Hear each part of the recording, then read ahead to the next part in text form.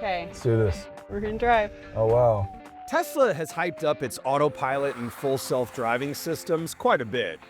It's not nearly as good as what you might think it is. Tesla's driver assistance system ranked 8th on a list by Consumer Reports. Mercedes, Ford, and GM were all rated higher. The big difference that you'll notice is the inability to steer within your lane and collaborate with the steering in the Tesla. It wants us to apply steering wheel torque occasionally, but the problem is that when I do that, it turns the system off, right? CNBC went to Consumer Reports' new $1 million specialized test track in Connecticut to see why they think some automakers are doing driver assistance tech better than others. So here we test all of the aspects of the vehicle, more than 50 different tests. What we don't do is crash test our cars. We actually try really hard to not crash our cars. That's Kelly Funkhauser, the Associate Director of Vehicle Technology at Consumer Reports, an independent group which tests and ranks products, including cars, and the tech on them. Advanced Driver Assistance Systems, or ADAS, refers to a set of features that automate or assist aspects of driving that drivers would otherwise have to do themselves. ADAS systems are different from true self-driving cars. Another term Consumer Reports uses is active driver assistance, which refers to a combination of specific features, lane centering, and adaptive cruise control. Okay, well, this is a luxe experience. I know, right? Today, we got to test one of their highest-rated cars, the Mercedes EQE 350 SUV, to see why it was rated higher than the Tesla Model 3. If it can't see enough of the road, then it doesn't know where to center you within the lane. ADAS and self-driving cars are becoming huge, ever more important topics in the auto industry for car makers, consumers, investors, and regulators. But these concepts can be confusing and aren't that well understood.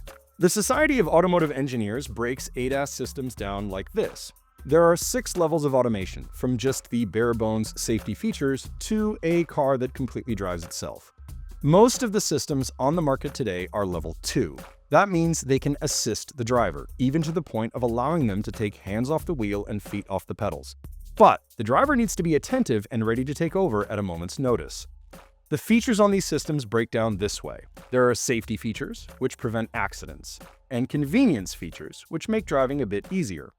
Both of these types are becoming common, but there are many differences in how much assistance each offers, how it works, and how well it performs day in and day out. It's Kelly and the Tesla. The systems in Consumer Reports' list are all level 2. Okay, this obstacle we're looking, what's it gonna do? Okay, what it did is it very confidently picked the left lane and maintained it. Some of the other systems inconsistently decide which one they're gonna go into. What Kelly is describing is a feature on Tesla's Autopilot system that can actually keep you on course automatically, even by changing lanes or making turns if needed. Consumer Reports will test a feature like that over and over and over again to see if it ever fails. It is important to note that you might have to pay for these extra features, either by adding them as options or paying for subscriptions. Consumer Reports ranks the Mercedes ahead of the Model 3 because it does some things that the Tesla doesn't. First, driver collaboration. If the driver needs to take control of the wheel for a moment to steer around a pothole, for example, the Mercedes system allows you to do that. The system is on, but I'm able to do this freely and very smoothly. And the collaboration is really, really important because as you saw in the Tesla, that system doesn't allow for the driver to collaborate or override the steering. The Mercedes also executes exceptionally well. Even the things the Model 3 can do, the EQE can do better. This is the highest performer for lane centering and as well as adaptive cruise control. This one is much smoother than the Tesla. Third, there is a display right in front of the driver, whereas the Tesla has just the screen in the dash. You got to put that information within the field of view of the drivers versus in the Tesla, you have to draw your eyes off of the road and look for it here rather than doing a quick glance back and forth. To be clear, Tesla is not that far behind rivals. In terms of the capabilities, it's among the top. Mercedes does beat it out just a little bit, but it's in the league with BMW and others. So if you are looking for a high performer, Tesla's up there. Tesla has 2 ADAS modes that each work in different contexts: Autopilot and what it calls Full Self-Driving. Autopilot works on the highway, and it does things Mercedes and many other brands can also do, such as automatically change lanes, follow a route plugged into a navigation system, or pass slower traffic.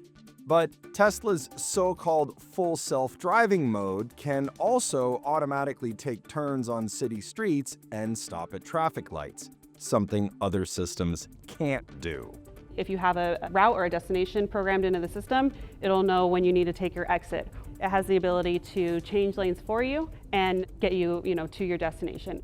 So those are the most advanced features. Stoplights and Being able to take turns, navigate city exactly, streets, which yep. is the feature they call full self-driving. Correct, yep. In addition, some of Mercedes' advantages, such as driver collaboration, can be found on other brands. And Tesla is not the only automaker that is missing it. GM's Super Cruise system, for example, doesn't have that collaborative aspect either. And there is at least one key piece of tech that both the Tesla and the Mercedes lack, albeit in different ways: an effective driver monitoring camera. On the steering wheel column here, you can see that little bump. That's the infrared driver monitoring camera that has the ability to detect if the driver's eyes are open and if they're looking at the roadway. Funkhauser says that driver monitoring camera is essential. Both the top-rated systems, Ford's Blue Cruise and GM Super Cruise, have it. Other manufacturers have them too. So in the Tesla, there is a camera that is looking at the interior of the car. We actually have this piece of tape here because we can cover that and the system will still work.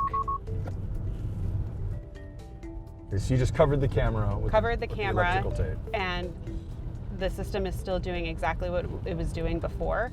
The Mercedes doesn't have a driver monitoring camera at all. If it were to have that, it would easily be number one.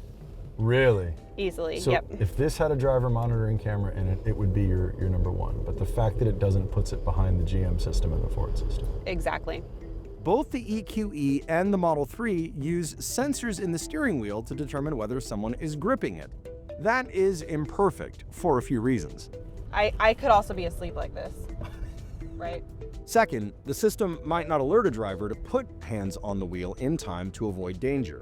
So not only is our camera covered, so we could be asleep or distracted, my hands aren't on the wheel. And it is, and this is why we also look for consistency, right? There was a car right up that, yeah. They wanted to, we were gonna go head on into that car, so that would have been really bad. In 2023, Mercedes announced it would begin offering a Level 3 system in some markets, including the US. Mercedes is marketing this as the first of its kind in the world. This car is not equipped with that system, and Consumer Reports hasn't tested it yet. So with all Level 2 systems out there, the Tesla, the Mercedes, the driver needs to expect that the system is going to fail or stop immediately with no notice. Level 3, they're supposed to notify the driver in advance. Most of these basic features you can find on at least some cars offered by any brand. Most of them aren't even on the highest trim anymore. Usually on the mainstream high volume model that we're purchasing for our test program, you're able to get those two features. There are a lot of differences between each system, and each has its advantages. Even higher ranked ones, such as the one made by Mercedes, may lack features a lower ranked rival has. Everyone's doing it slightly different. Over time, we're going to see best practices, and most automakers are going to kind of design their systems according to what is working best and what their customers are giving them feedback on that they like the best.